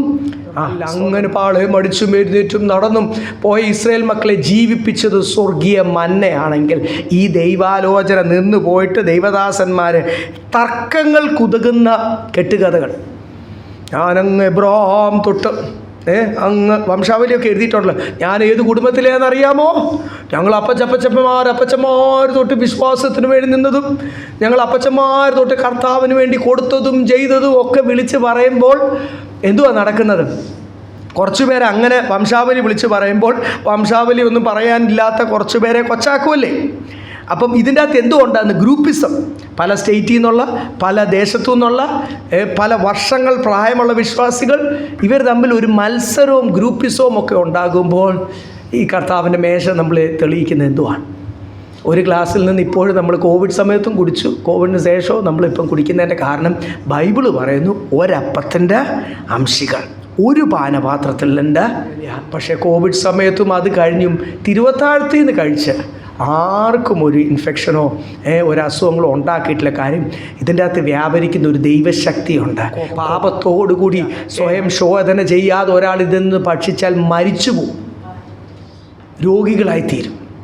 സ്തോത്രം. അങ്ങനെ ഒരു ദൈവശക്തി വ്യാപരിക്കുന്ന കർത്താവിൻ്റെ ശരീരമാകുന്ന മേശയിൽ നിന്ന് നമ്മൾ കുടിച്ചാൽ ഒന്നും ആരുടെയും അസുഖം ഒന്നും അങ്ങോട്ടും ഇങ്ങോട്ടും വരത്തില്ല. അങ്ങനെ വരുമെങ്കിൽ ഇതിന് ശക്തിയില്ല എന്നാണ് നമ്മൾ പറയുന്നത്. അങ്ങനല്ല, ഇതിൽ ശക്തി വ്യാപരിക്കുന്നുണ്ട്. നമ്മൾ കൃപയോടുകൂടി പ്രാർത്ഥനയോടുകൂടി, ഞാൻ പറഞ്ഞത് നമ്മൾ എല്ലാ രീതിയിലും ഒരു ഐക്യതയിൽ, അല്ല സ്വർഗത്തിൽ ചെന്ന് നമുക്ക് പല സ്വർഗം തരേണ്ടി വരും. അല്ല വാസസ്ഥലമുണ്ട്, അത് ദൈവത്തിന് വേണ്ടി ശുശ്രൂഷ ചെയ്യുന്നതും നിൽക്കുന്നതും അനുസരിച്ചുള്ള വ്യത്യാസങ്ങൾക്കായിരിക്കും. സ്തോത്രം. വാസസ്ഥലം ഉണ്ടെന്ന് മാത്രമേ പറഞ്ഞിട്ടുള്ളത്. എന്തിൻ്റെ ബേസിസിലാണ് ബൈബിളിൽ പറയാത്തതുകൊണ്ട് ഇല്ലാത്ത ഭാവനയിലോട്ട് ഞാൻ കടക്കുന്നില്ല. എന്തുമായാലും ദൈവമാണ് മാർക്കിടുന്നത്. നമുക്ക് കർത്താവിൻ സന്ധി വിശ്വസ്തോട് നമ്മളെല്ലാം ഒരേപോലെ ആക്കി തീർക്കും. അതുകൊണ്ട് തർക്കത്തിനും കലഹത്തിനും ഐക്യതക്കേടിനും ഒക്കെ ഉതകുന്ന വംശാവലിയൊക്കെ മാറ്റി 2 തിമോത്തിയോസ് എഴുതിയിട്ടുണ്ട്. പെട്ടെന്ന് വായിച്ചോ. 2 തിമോത്തിയോസ് 4-ാം അധ്യായം 4-ാമത്തെ വാക്യം. 2 Timothy chapter 4:4. സത്യത്തിന് ചെവി കൊടുക്കാതെ കെട്ടുകഥ കേൾപ്പാൻ തിരികുകയും ചെയ്യുന്ന കാലം വരും. ആ കാലമാണ് ഈ കാലം. ശരിക്കുമുള്ള ക്രൂശിൻ്റെ വചനം പ്രസംഗിച്ചു കഴിഞ്ഞാൽ വ്യൂവേഴ്സ് കുറയും. ഇടയ്ക്കൊക്കെ എൻ്റെ പിള്ളേർ പറയും, ഇത് കോവിഡ് സമയത്തല്ലല്ലോ യൂട്യൂബ് ചാനൽ തുടങ്ങി, ഇത് 10-12-13 വർഷമായിട്ടുള്ള. പണ്ടേ നമ്മൾ ഇടയ്ക്കൊക്കെ അപ്ലോഡ് ചെയ്യും. കോവിഡിന് ശേഷമാണ് കൂടുതൽ അപ്ലോഡ് ചെയ്യാൻ തുടങ്ങിയത് എന്ന് മാത്രമേ ഉള്ളൂ. അപ്പോൾ റേറ്റിംഗ് കൂടണമെങ്കിൽ, വ്യൂവേഴ്സ് കൂടണമെങ്കിൽ, എല്ലാവർക്കും ഇഷ്ടമുള്ളത് പ്രസംഗിക്കണം, ഷോർട്ടായിട്ട് പ്രസംഗിക്കണം. പലരും എന്നോട് പറഞ്ഞു, പിള്ളേരും എന്നോട് പറയും, പപ്പ ഈ ഇങ്ങനെ കട്ടിയായ വചനമൊക്കെ പറയുന്നതുകൊണ്ടാണ് എല്ലാവർക്കും മനസ്സിലാകുന്ന സിമ്പിൾ കാര്യമൊക്കെ പറഞ്ഞ് ഭയങ്കരമായിട്ട് വ്യൂവേഴ്സൊക്കെ വരുന്നു. ഡിജിറ്റൽ പ്രൊമോഷൻ, മാർക്കറ്റ് പ്രൊമോഷനൊക്കെ ഐഡിയാസൊക്കെ പല ദൈവദാസന്മാർ, പല ആൾക്കാരൊക്കെ പറഞ്ഞിട്ടുണ്ട്, പാസ്റ്റർ ഇങ്ങനെ കട്ടിയായിട്ടുള്ളതൊക്കെ പറയുമ്പോൾ ആളൊന്നും കൂടത്തില്ല. ഈ കർത്താവിൻ്റെ കൂട്ടത്തിൽ ആളുണ്ടായിരുന്നോ? ആഹാരം കൊടുത്തപ്പോൾ ആൾ കൂടി, അത്ഭുതം നടത്തിയപ്പോഴാണ്, വചനത്തിലേക്ക് കടന്നപ്പോൾ യേശുവിൻ്റെ കൂടെ ആളില്ലായിരുന്നല്ലോ. പിന്നെ നമ്മൾ എന്തിനാണ് ഈ ആളിനെ കൂട്ടാൻ ശ്രമിക്കുന്നത്? നമുക്ക് ഇഷ്ടമായി ചില ആൾക്കാരൊക്കെ നമ്മുടെ കൂടെ ഉണ്ട്, നമുക്കൊക്കെ ഇഷ്ടമാണ്, ഒരു എൻകറേജ്മെൻറ്റാണ്. There's a big team standing together, അല്ലെങ്കിൽ ഞങ്ങളൊരു വലിയൊരു ആത്മീയ കുടുംബമാണ് പറയുന്നതിലൊരു സന്തോഷമുണ്ട്. പക്ഷേ ദൈവം അനുവദിക്കുന്ന ആ കാഴ്ചപ്പാടിൽ വിളിച്ചവർക്ക് കൂടുവാൻ കഴിയത്തുള്ളൂ. ഒരു കാലം വരും, നമ്മളിപ്പം വായിച്ചില്ലേ തിമോത്തിയോസ് 4:4, 2 തിമോത്തി, വചനം ഒന്നും കേൾക്കാൻ ആർക്കും കാര്യം ഈ ഉപേക്ഷിക്കണം, മാറണം. നീ ഇപ്പോഴായിരിക്കുന്ന അനുഭവത്തിൽ നിന്ന് കുറച്ചുകൂടെ വിശുദ്ധി വേണം, വേർപാട് വേണം, തീരുമാനമെടുക്കണം. ഇപ്പോൾ നീ സ്നേഹിക്കുന്ന പല വിഷയങ്ങളൊക്കെ ജീവിതത്തിൽ തീരുമാനമെടുത്ത് വലിയ പ്രശ്നം. ഞാൻ എത്ര വർഷമായെന്നറിയാം, ഇത്രയും വർഷമായി ഞാൻ പറയുന്നതൊക്കെ കർത്താവ് കേൾക്കുന്നുണ്ട്, ഞാൻ എന്തിനു മാറണം? ഞാൻ പ്രവർത്തിക്കുന്ന ആളാണ്. മാറണം എന്ന് എൻ്റെ കർത്താവ് പറഞ്ഞാൽ ഓരോ ദിവസവും ശരിക്കും ഈ വ്യക്തിപരമായ പ്രാർത്ഥനയിൽ ഈ ആവശ്യങ്ങൾ അങ്ങോട്ട് പറയാതെ ഇങ്ങോട്ട് കേൾക്കുന്ന ഒരു ശീലം നിങ്ങൾക്കുണ്ടെങ്കിൽ എല്ലാ ആഴ്ചയും നിങ്ങൾ മാറേണ്ട ഏരിയകൾ കർത്താവ് സംസാരിക്കുന്നുണ്ട്. അത് കേൾക്കാൻ പറ്റുന്നുണ്ടോ? കർത്താവ് സംസാരിക്കും, ഇന്ന ഏരിയയിൽ മാറ്റം വരണം. അങ്ങനെ നമ്മളെ പണിതെടുത്താണ് കർത്താവ്. അപ്പം ഇവിടെ എഴുതിയേക്കുന്ന വായിച്ചേ, സത്യത്തിന് ചെവി കൊടുക്കാതെ ഈ കാലമാണ്. ഇപ്പം കഥകൾ കേട്ടാൽ മതി, ക്രൂശിൻ്റെ വചനം ആർക്കും ഒരു കാലം വരും. തിമോത്തിയോസേ എന്ന് വിചാരിച്ച് നീ ആൾ കൂടാൻ വേണ്ടി എന്ത് ചെയ്യണ്ട, നിൻ്റെ ഉപദേശം മാറ്റണ്ട, ഒരു കോംപ്രമൈസും വേണ്ട. തീത്തോസ് 1:14 വായിച്ച്. Titus chapter 1:14. യഹൂദ കഥകളെയും സത്യം വിട്ടകലുന്ന മനുഷ്യരുടെ കൽപ്പനകളെയും ശ്രദ്ധിക്കാതിരിക്കേണ്ടതിന് അവരെ കഠിനമായി ശാസിക്കും. അപ്പൊ തീത്തോസിലും പറയുന്നു, തിമോത്തിയോസിലും 2 ദൈവദാസന്മാരോടും പറയുക, ഈ യഹൂദന്മാർക്ക് എപ്പോഴും ഉള്ളതാ പാരമ്പര്യവും പറഞ്ഞുകൊണ്ടിരിക്കും. ഞങ്ങൾ ആരാന്നറിയോ? ഞങ്ങൾ എബ്രഹാമിൻ്റെ മക്കളാ, അങ്ങനെ ഇങ്ങനെ, ഞങ്ങളുടെ പിതാക്കന്മാർ തൊട്ട് ഞങ്ങളെ ആരും പഠിപ്പിക്കാം, ഇങ്ങനെയൊക്കെ ഓരോ കാര്യങ്ങൾ പറഞ്ഞുകൊണ്ടിരിക്കും. ഇവിടെ തീത്തോസിലും എഴുതിയിരിക്കുന്ന അങ്ങനെ പറയുന്നവരെ വചനം പറയാൻ ഫ്രണ്ടിൽ വന്നിരുന്ന് പ്രബോധനം പറയാനുള്ള സമയത്ത് അവർ ഇതാ പറയുന്നത്. അവരാരായിരുന്നു എന്നും അവരെന്തൊക്കെ ചെയ്തു എന്നുള്ള പൊങ്ങച്ചവും പറഞ്ഞുകൊണ്ടിരിക്കുന്നവരെ എന്ത് ചെയ്യണം? തീത്തോസിനോടും പറഞ്ഞാൽ അവരെ കഠിനമായിട്ട് ശാസിക്കുക. ദൈവത്തിൽ നിന്ന് വല്ലതും പ്രാപിച്ച സഹോദര പറയുക, അല്ലെങ്കിൽ സഹോദരി പറയണ്ട എന്ന്, അങ്ങനെയല്ലേ കഠിനമായ ഭാഷയല്ല തീത്തോസിനോട് പറഞ്ഞു. ഇപ്പം ദൈവദാസന്മാർ വലിയ പാടാണ്, കർത്താവ് പറഞ്ഞ് കേൾക്കുകയും വേണം. അങ്ങനെ പറഞ്ഞു കഴിഞ്ഞാൽ ആൾക്കാർ പിന്നെ ഞാനിപ്പോൾ ആരെങ്കിലോട് അങ്ങനെ പറയാം, സഹോദര ഈ ആവശ്യമില്ലാത്ത അവിടുന്ന് ഇവിടുന്നും കണ്ട രാഷ്ട്രീയവും കേട്ടതും ഇപ്പോഴത്തെ ന്യൂസിൽ നിന്ന് ഇതൊന്നും പറയാതെ എന്ത് ചെയ്യണം? ദൈവം വല്ലതും തന്നിട്ടുണ്ടെങ്കിൽ അത് എന്ന് ഞാൻ ആരെങ്കിലോട് പറഞ്ഞാൽ വലിയ പ്രശ്നമാണ്. ഞാൻ പറയാതിരുന്നാലോ കർത്താവുമായിട്ടുള്ള ബന്ധത്തിൽ എനിക്ക് പേടിയാണ്. എൻ്റെ വെളിപ്പാട് നിൽക്കുമ്പോൾ, ഞാൻ വെളിപ്പാട് നിന്ന് പോയി കഴിഞ്ഞാൽ പിന്നെ ഞാൻ നിന്നിട്ട് ഈ വെള്ളമുടുപ്പും കൊണ്ട് ഇവിടെ നിന്നിട്ട് പ്രസ്ഥാനം വലുതാക്കിയിട്ടോ ഫണ്ട് കൊണ്ടുവന്നിട്ടോ ഒന്നും ഒരു കാര്യവുമില്ല. കർത്താവ് ഓരോ ദിവസവും പുതിയ മന്ന തന്നില്ല. I am just A waste. എനിക്ക് പഴയ സബ്ജക്റ്റായ കമ്പ്യൂട്ടർ സയൻസോ വല്ലതൊക്കെ പഠിപ്പിക്കാനേ നിങ്ങൾ പറ്റൂ, അല്ലെ വല്ല വണ്ടിയെ പറ്റിയൊക്കെ അറിയാം, പിന്നെ എനിക്ക് വല്ല വണ്ടിയുടെ മെക്കാനിക്കൽ എഞ്ചിനീയറിങ്ങിന് വല്ലതൊക്കെ പറയാനേ എനിക്ക് പറ്റൂ. സ്തോത്രം. അല്ലാതെ എനിക്കറിയാവുന്ന സബ്ജക്ട്സ് അല്ല. ദൈവം തരുന്ന പുതിയ മന്നയ്ക്ക് മാത്രമേ ജീവൻ പകരുവാൻ കഴിയൂ. അതിന് മാത്രമേ പാപത്തിന്മേൽ ജയം കിട്ടുവാൻ കഴിയൂ. ജഡത്തിന്മേൽ ജയം. ഇടയ്ക്കിടയ്ക്ക് പൊങ്ങിപ്പോകുന്ന ഈ ജഡത്തിനെ ഒന്ന് ഒതുക്കണമെങ്കിൽ എന്ത് ചെയ്യണം എന്നറിയാം? ഒന്ന് ഡിസിപ്ലിൻ ചെയ്യണമെങ്കിൽ കർത്താവ് പുതിയ ആലോചനകൾ നമുക്ക് തന്ന്, അല്ലെങ്കിൽ വചനം ബോറിംഗ് ആയിപ്പോവും. ദൈവത്തിൻ്റെ നീതി ഓരോ പകലും it is new every morning. His mercies, his grace, അല്ലല്ല, it is new every morning എന്ന് എഴുതിക്കുന്നില്ലേ? ഓരോ പകലും ദൈവത്തിൻ്റെ വിശ്വസ്തതയും നീതിയും അത് പുതിയതാ. ദൈവം നമുക്ക് പുതിയ ആഴങ്ങൾ തന്ന് നമ്മളെ ബലപ്പെടുത്തുന്ന ദൈവത്തിനായ സ്തോത്രം. അപ്പോൾ അങ്ങനത്തെ കെട്ടുകഥകളൊന്നും പിന്നെ എന്തുമാത്രം പറഞ്ഞാൽ മതി? പരിശുദ്ധാത്മാവ്. ഒരു സഭയെ ബൈബിളിൻ്റെ അകത്ത് പല സ്ഥലം നമുക്ക് അടുത്ത ആഴ്ച അതിനെപ്പറ്റി കൊടുത്തിലെത്തി എന്നൊക്കെ ചിന്തിക്കാം. ഒരു സഭയെ എഡിഫിക്കേഷൻ അല്ലെങ്കിൽ ജസ്റ്റിഫിക്കേഷൻ അല്ലെങ്കിൽ നീതീകരണം അല്ലെങ്കിൽ വിശുദ്ധീകരണത്തിലേക്ക് പണിയുന്ന ആലോചനകൾ മാത്രം പറഞ്ഞാൽ മതി എന്ന് തീത്തോസിനോടും തിമോത്തിയോസിനോടും സഭകളോടും ഒക്കെ പറയാം. അപ്പം നിങ്ങൾ പ്രബോധനം പറയുമ്പോൾ എന്ത് മാത്രം പറഞ്ഞാൽ മതി? നമ്മളെ ഒന്നുകൊണ്ട് സ്വർഗീയനെ പോലാക്കി തീർക്കുന്ന ദൂതകൾ ഇല്ലേ? എന്നിട്ടാണ് താഴോട്ട് നമുക്ക് അടുത്ത ആഴ്ച നമുക്ക് ചിന്തിക്കാം. അതിൻ്റെ 5 വായിച്ച്. ആജ്ഞയുടെ ഉദ്ദേശമോ ശുദ്ധഹൃദയം, നല്ല മനസ്സാക്ഷി, നിർവ്യാജ വിശ്വാസം എന്നിവയാൽ ഉളവാകുന്ന സ്നേഹം. ഈ വചനം കേൾക്കുമ്പോൾ നമുക്ക് എന്തൊക്കെ വരണം എന്ന് എഴുതിയിരിക്കുന്നു? ഒന്ന്, ശുദ്ധ ഹൃദയം. രണ്ടാമത്, എ ഗുഡ് കോൺഷ്യൻസ്, നല്ല മനസ്സാക്ഷി. പിന്നെ നിർവ്യാജ വിശ്വാസം. സ്നേഹത്തിൻ്റെ ആ കൽപ്പനയാൽ നിങ്ങൾ ഉപദേശിക്കേണ്ടത് 3 കാര്യങ്ങൾ എവിടെ എഴുതിയിരിക്കുന്നത്? ഒന്നുകൂടെ ഞാൻ അത് മാത്രം ഒന്ന് ഓർപ്പിച്ചിട്ട് ഞാൻ നിർത്തുക. എവിടെ എഴുതിയിരിക്കുന്ന? You should have A pure heart, ഒരു ശുദ്ധ ഹൃദയം. ലോകത്തിൻ്റെ മുമ്പിൽ ഈ ശുദ്ധ ഹൃദയവുമായിട്ട് നമ്മൾ ചെന്ന് കഴിഞ്ഞാൽ നമ്മളെ പിച്ച് കീറും. ഇവിടെ ശുദ്ധ ഹൃദയമുള്ളവർക്ക് ഒരു സ്ഥാനവും ഇല്ല. കാര്യം ഇവിടെ ഇച്ചിരി വിളച്ചിലും പയറ്റും വില്ലത്തരവും ഒരുത്തനെ ഒതുക്കുവാനും അവനെ നമ്മൾ കയറി വരുവാനും അങ്ങനെയുള്ളവരെ കയറി വരത്തുള്ളൂ എന്നൊക്കെയാണ് പറയുന്നത്. ബൈബിൾ പറയുന്നതോ ലോകത്തിൻ്റെ നിയമത്തിന് നേരെ വിപരീതമായി. നമ്മുടെ കുഞ്ഞുങ്ങളോട് പറഞ്ഞു കൊടുക്കണം, ദൈവം നിന്നെ സ്വീകരിക്കണമെങ്കിൽ ഈ വിളച്ചിലുള്ള ഒറ്റ ഒരാൾ. ഞാൻ നേരത്തെ ഒരു ദൈവദാസൻ്റെ കാര്യം പറഞ്ഞില്ലേ? അച്ചായനുണ്ടായ വിഷമം അച്ചായൻ തന്നെ പറയും. കുറച്ചൊന്നുമല്ല, വേറൊന്നുമല്ല. ഞാൻ ഇന്ന് കാണുന്ന സന്തോഷത്തിലല്ലായിരുന്നു അച്ചായന് ഈ പ്രാവശ്യം അവധിക്ക് വന്നപ്പോൾ. അവിടെ വെച്ചേ എന്നോട് പറഞ്ഞു, എന്നോട് പറഞ്ഞ് അച്ഛൻ ശാരീരികമായിട്ടും അത് ക്ഷീണമായി. അച്ഛൻ പറഞ്ഞ് ഞാനങ്ങ് ഓർത്തോർത്ത് നീറി പ്രാർത്ഥിക്കാൻ പോലുമുള്ള സന്തോഷം പോകുന്ന ഒരവസ്ഥയിൽ, അതിൻ്റെ കറക്റ്റായിട്ടുള്ള മാനസികാവസ്ഥ രണ്ടുപേരും സാക്ഷ്യം പറയുമ്പോൾ ഒന്ന് ചുരുക്കമായി പറഞ്ഞാൽ, ഒരു ദൈവദാസന് കൃപയിൽ നിന്ന് പോയാൽ ഒരു കുടുംബത്തെ അല്ലെങ്കിൽ പല ദൈവദാസന്മാർ ഏത് അനുഭവത്തിൽ ഏതൊരു എക്സ്റ്റെൻറ്റ് വരെ ഒരാളെ കൊണ്ടുപോകാൻ പറ്റുമെന്നുള്ളതിൻ്റെ കറക്റ്റ് ഉദാഹരണം അവർ പറഞ്ഞാലേ പറ്റൂ. കാര്യം നീറിയത് അവരാണ്. ശരിക്കും അതിൻ്റെ ഞാൻ അറിഞ്ഞു എന്ന് മാത്രമേ ഉള്ളൂ.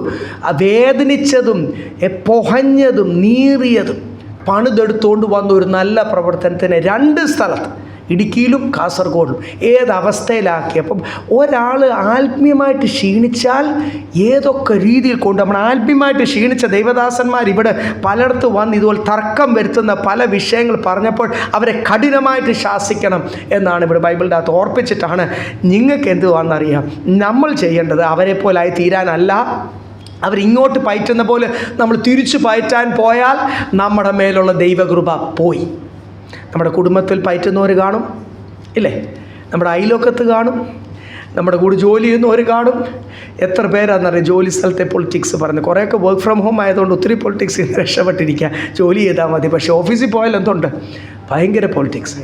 അപ്പോൾ എല്ലായിടത്തും പയറ്റുണ്ട്.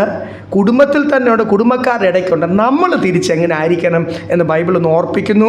സ്നേഹത്തിൻ്റെ ആത്മാവിൽ ആൾക്കാരെ ഉപദേശിക്കുക. ഒന്ന്, you should have A pure heart, ശുദ്ധ ഹൃദയം. ഇങ്ങോട്ട് എങ്ങനെ വന്നാലും കർത്താവിൻ്റെ നിർമ്മലത ഇല്ലേ? ആ നിർമ്മലതയിൽ സ്തോത്രം, ഹല്ലേലൂയ, പ്രൈസ് ലോർഡ്. ഒന്നും ഹൃദയത്തിൽ വെക്കാൻ പറ്റത്തില്ല. അത് കോപം ക്രോധമായി അത് ഹല്ലേലൂയ തിരിച്ച് റിയാക്ഷനായിട്ട് വെളി വരാൻ പാടില്ല. ക്ഷമിക്കുവാൻ നിങ്ങൾക്കുണ്ടാകാതുണ്ട് ഒരു ശുദ്ധ ഹൃദയം. രണ്ടാമത് ഇവിടെ എഴുതിയേക്കുന്ന ഗുഡ് കോൺഷ്യൻസ്. ഈ ശുദ്ധ ഹൃദയം ഉണ്ടെങ്കിൽ മാത്രമേ ഏത് സമയത്തും സന്തോഷത്തോടുകൂടി ആൾക്കാർ ഇങ്ങനെ മുഖം കാണിക്കുമ്പോഴൊക്കെ നമുക്ക് ചിരിക്കണമെങ്കിൽ എന്ത് ചെയ്യണം? അഭിനയിക്കാതെ ചിരിക്കണമെങ്കിൽ സ്തോത്രം ഹല്ലേലൂയ. അവർ തല കുനിച്ച് നിൽക്കുമ്പോഴും നമുക്ക് തല ഉയർത്തി ഞാനൊന്നും ദോഷമായിട്ട് ആ വ്യക്തിയോട് ചെയ്തിട്ടില്ല, ഒരു നല്ല മനസ്സാക്ഷി. പിശാചിന് മുമ്പിൽ സാത്താൻ വന്ന് സാംസന്റെ എതിരെ ഞാൻ അങ്ങനെ ചെയ്യും ഇങ്ങനെ ചെയ്യും, ഗുഡ് നല്ല പ്രാഗൽഭ്യത്തോടുകൂടി ശുദ്ധ മനസ്സാക്ഷിയോട് നിൽക്കുവാൻ. മൂന്നാമത് ഇവിടെ എഴുതിയിരിക്കുന്ന നിർവ്യാജ സിൻസിയർ ഫെയ്ത്ത്. ഇതൊക്കെ വലിയ ആഴങ്ങൾ അടുത്ത ആഴ്ച നമുക്ക് കൂടുതൽ ചിന്തിക്കാം. അവരങ്ങനെ ആയിക്കോട്ടെ, ഇവരിങ്ങനെ ആയിക്കോട്ടെ, ആ സഭ അങ്ങനെ ആയിക്കോട്ടെ, ഈ സഭ ഇങ്ങനെ ആയിക്കോട്ടെ. കഴിയുന്ന അത്രയും വേദനിപ്പിക്കുന്ന അല്ലെങ്കിൽ വിഷമിപ്പിക്കുന്ന ആത്മീയമായിട്ട് ക്ഷീണിപ്പിക്കുന്ന പ്രസംഗങ്ങൾ കേൾക്കാൻ പോകല്ല, അങ്ങനത്തെ ഉപദേശങ്ങൾ കേൾക്കാൻ പോകല്ല, അങ്ങനെയുള്ളവരുമായിട്ട് ഒത്തിരി കൂട്ടിന് പോകണ്ട, കൂട്ടായ്മയ്ക്ക് പോകണ്ട. നിങ്ങളെ സ്നേഹിക്കുന്ന ഒരു ആത്മീയ കൂട്ടം ഇവിടെ ഉണ്ടല്ലോ നമ്മുടെ മധ്യത്തിലും. നമ്മൾ മറ്റുള്ളവരോട് ഇടപെടും. ആദ്യം നമ്മളത് പ്രാക്ടീസ് ചെയ്യേണ്ടത് നമ്മുടെ കുടുംബത്തിലാണ്. എവിടെയാണ് പ്രാക്ടീസ് ചെയ്യേണ്ടത്? നമ്മുടെ ഫാമിലീസിൽ. ഈ ശുദ്ധ ഹൃദയവും ശുദ്ധ മനസാക്ഷിയും നിർവ്യാജ സ്നേഹവും വിശ്വാസവും ഒക്കെ പ്രാക്ടീസ് ചെയ്യാൻ ഇൻ മൈ ഫാമിലി, പിന്നെ ഇൻ മൈ സ്പിരിച്വൽ ഫാമിലി, നമ്മുടെ ഈ കൂട്ടായ്മയിൽ. സ്തോത്രം. അത് കഴിഞ്ഞിട്ട് നമ്മളിൽ നിന്ന് ഞാനും എൻ്റെ കുടുംബവും ഞങ്ങൾ സന്തോഷിച്ച് ഞങ്ങളുടെ കാര്യവും നോക്കി ജീവിക്കും എന്ന് പറയുന്നത് പരിശുദ്ധാത്മാവ് ഞങ്ങളിൽ ഉള്ള ലക്ഷണമല്ല. ഞങ്ങളുടെ കാര്യം നോക്കി ഞങ്ങൾ കൃപയോടുകൂടി ജീവിക്കും. No, that is not from that spirit is not from Jesus. യേശുവിൻ്റെ ഭാവമല്ല. ഈ നിർവ്യാജ സ്നേഹവും നല്ല മനസാക്ഷിയും ഒക്കെ മറ്റുള്ളവരിലേക്കും നമ്മളിൽ നിന്ന് ഒഴുകട്ടെ. അതിനായിട്ട് ഒത്തിരി പേരോട് ഇടപെടണം, ഒത്തിരി പേരോട് സംസാരിക്കണം, നമ്മളിലുള്ള ക്വാളിറ്റി അവർ മനസ്സിലാകണം. ചിലർ ഞാൻ പറഞ്ഞില്ലേ, സാത്താൻ ദൈവമക്കളുടെ തലമുറകളെ ഏറ്റവും കൂടുതലുള്ള പണ്ടത്തെ ഈ ഗേ ലെസ്ബിയൻ ജനിക്കുമ്പോഴേ കുഞ്ഞുങ്ങൾ കൊച്ചിലെ ഈ ആണിനോടും പെണ്ണിനോടും ഒക്കെ ആകർഷണമാകുന്ന ഒരു മാനസിക ശാരീരിക ബന്ധനം അത് ഒത്തിരി തലമുറകൾ വെളിയിൽ കൂടുതലുണ്ട്. അത് ഇപ്പോൾ ഇന്ത്യയിൽ ഭയങ്കരമായിട്ടുണ്ട്. അതിലും വലിയൊരു ബന്ധനമാണെന്നാണ് ഞാൻ വിശ്വസിക്കുന്നത്. നമ്മുടെ തലമുറകളെ ഓരോരുത്തരെയും ഇൻട്രോവേർട്സ് ആക്കി, ഇടപെടത്തില്ല. ആൾക്കാരുടെ പഴയ ആ ഒരു പൈശാചിക ബന്ധനം പോലെ തന്നെയുള്ളൊരു ബന്ധനമാണ്. ഇടപെടത്തില്ല ആൾക്കാർ. ബൈബിള് പറഞ്ഞു നിങ്ങൾ ഇടപെടാതെ അവരെങ്ങനെ, നിങ്ങൾ പറയാതെ അവരെങ്ങനെ കേൾക്കും? കേൾക്കാതെ അവരെങ്ങനെ വിശ്വസിക്കും? നിങ്ങളെ അറിയണ്ടേ? നിങ്ങളെ അറിഞ്ഞാൽ യേശുവിനെ അവർ നിങ്ങൾക്കൂട്. അപ്പം നമ്മുടെ കുഞ്ഞുങ്ങളോട് പറയണം, നിങ്ങൾ ഇടപെടണം, നിങ്ങൾ സംസാരിക്കണം. നമ്മുടെ കുഞ്ഞുങ്ങൾ ഈ ദിവസങ്ങൾ കോൺസെൻട്രേറ്റ് ചെയ്യേണ്ടത് വിദേശ രാജ്യങ്ങളിൽ പോകാനുള്ള ഏതൊക്കെ കോഴ്സാണെന്നല്ല, നമ്മുടെ കുഞ്ഞുങ്ങൾ ഈ ദിവസങ്ങൾ കോൺസെൻട്രേറ്റ് ചെയ്യേണ്ടത് നല്ല ഭാഷ, നല്ല സ്നേഹത്തോടെ ഇടപെടുവാൻ, നല്ല പരിജ്ഞാനം, ആൾക്കാരെ ക്രിസ്തുവിലേക്ക് ആകർഷിക്കുവാനുള്ള ഒരു ഗിഫ്റ്റ്. കുഞ്ഞുങ്ങൾ പ്രാർത്ഥിക്കണം, Lord give me the gift to attract people to you. ഇല്ലേ? യേശുവിലേക്ക് ആകർഷിക്കുവാൻ. ബൈബിളിലെ ഈ പറഞ്ഞ നമ്മൾ വായിച്ചില്ലേ, രണ്ടാമത്തെ വാക്യത്തിൽ 3 സ്വർഗീയ ആത്മീയ അനുഗ്രഹങ്ങളെപ്പറ്റി വായിച്ചു. ഇവിടെ 5-ാമത്തെ വാക്യത്തിൽ 3 ദൈവിക ക്വാളിറ്റീസിനെ പറ്റി വായിച്ചു. ഇതൊക്കെ ആരിൽ കൂടാണ് ലോകം അറിയേണ്ടത്? അയൽവക്കക്കാരറിയേണ്ടത്. കുഞ്ഞുങ്ങൾ കൂടി പഠിക്കുന്നത്, യെസ്, ആ ജോലി ചെയ്യുന്നത് എന്നിൽ കൂടാൻ നമുക്ക് തീരുമാനമെടുക്കാം. ഒറ്റയ്ക്ക് വിശ്വാസത്തിൽ വന്നവരുണ്ടല്ലോ, വില കൊടുത്ത് കർത്താവിന് വേണ്ടി എന്നിൽ കൂടെ നമുക്ക് പ്രാർത്ഥിക്കാം. അല്ല, എന്നിൽ കൂടെ ഈ ക്വാളിറ്റീസ് മറ്റവരറിയട്ടെ. നമ്മൾ കൂടുതൽ സംസാരിക്കണം, ലോകത്തിൻ്റെ കാര്യങ്ങളല്ല, കൃപയോടുകൂടി കൂടുതൽ കർത്താവിനെ വേണ്ടി സംസാരിക്കുവാൻ. എൻ്റെ അധരത്തെ ശുദ്ധീകരിക്കണമേ, ഹൃദയത്തെ ശുദ്ധീകരിക്കണമേ. ഇൻട്രോവേർട്ടിൻ്റെ ആത്മാവൊക്കെ ഒരു പൈശാചിക ആത്മാവാണ്. അതിനൊക്കെ യേശുവിൻ്റെ നാമത്തിൽ ശാസിച്ച് നമ്മുടെയൊക്കെ കുഞ്ഞുങ്ങൾ ഒത്തിരി പേരോട് ഇടപെടട്ടെ. ഒത്തിരി പേരെ ദൈവസന്നിധിയിലേക്ക് എനിക്ക് പറ്റത്തില്ല, പ്രാർത്ഥിക്കാൻ അവസരം കിട്ടുമ്പോൾ ചാടി പ്രാർത്ഥിക്കട്ടെ.